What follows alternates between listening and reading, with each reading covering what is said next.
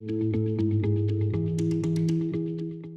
I'm Dr. Larry Chu. I am a professor at Stanford University and one of the co-creators of the Obstetric Emergency Manual.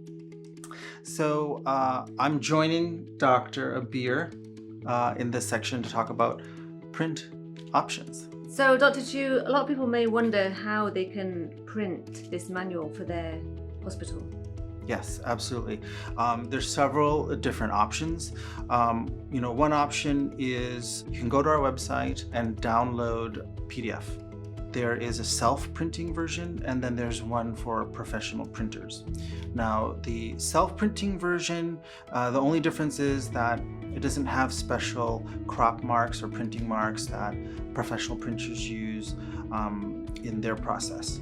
So if you're printing it out for yourself, like you want to self-study a copy, you're not imagining that you're going to be professionally binding it or laminating things, and you don't need anything super intricate, just do the self-printing version. Now, if, for instance, you want to produce several of these to hang in your operating rooms or in your recovery bays, or make it accessible for your teams, then in that case, you may want to consider working with a local printer or with a printer that produced our emergency manuals, or have your local printer, if they have any questions, they might even consider calling our local printer. We can take you through how the printing works. There's a laminated cover, and the clear part reveals these tabs below.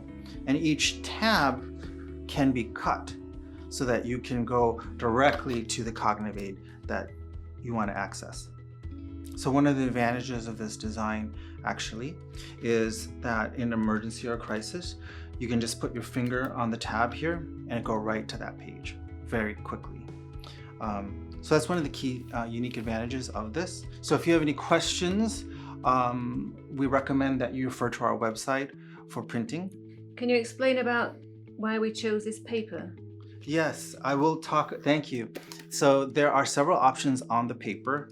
There's a special type of paper called synthetic paper. It's made of a material that is actually washable. So it doesn't, so if it gets any type of stains, you can actually spray it with bleach and wipe it off. That again makes these manuals much longer lasting and reusable. If your budget does not allow for that expense, because synthetic paper is significantly more expensive, you could always consider using regular paper or heavier cardstock. And then, as I said, if pages get stained or damaged, you can always uncoil it and then replace the pages and recoil it.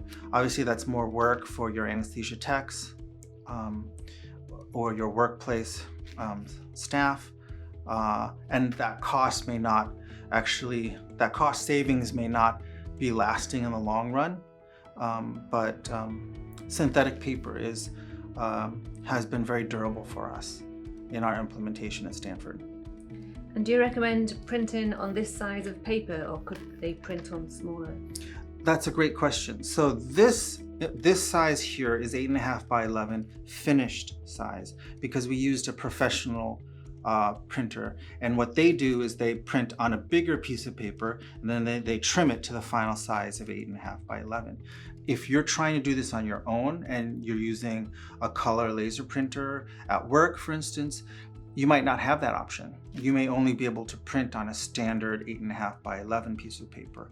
And in terms of the readability, would you recommend not to do black and white, just color? I think that color is best based on how we've designed it, and our design language is based on identifying information hierarchies with color. Also, the tabbing is based on color. So if at all possible and your budget allows, it's best to print in color. Yeah. Okay. So that's some printing 101 on the Obstetric Anesthesia Emergency Manual. I hope that you found this section useful, and Contact us with any questions. I'm sure there will be questions. Printing is kind of a technical and complicated process, and we're here to try to help you as much as we can.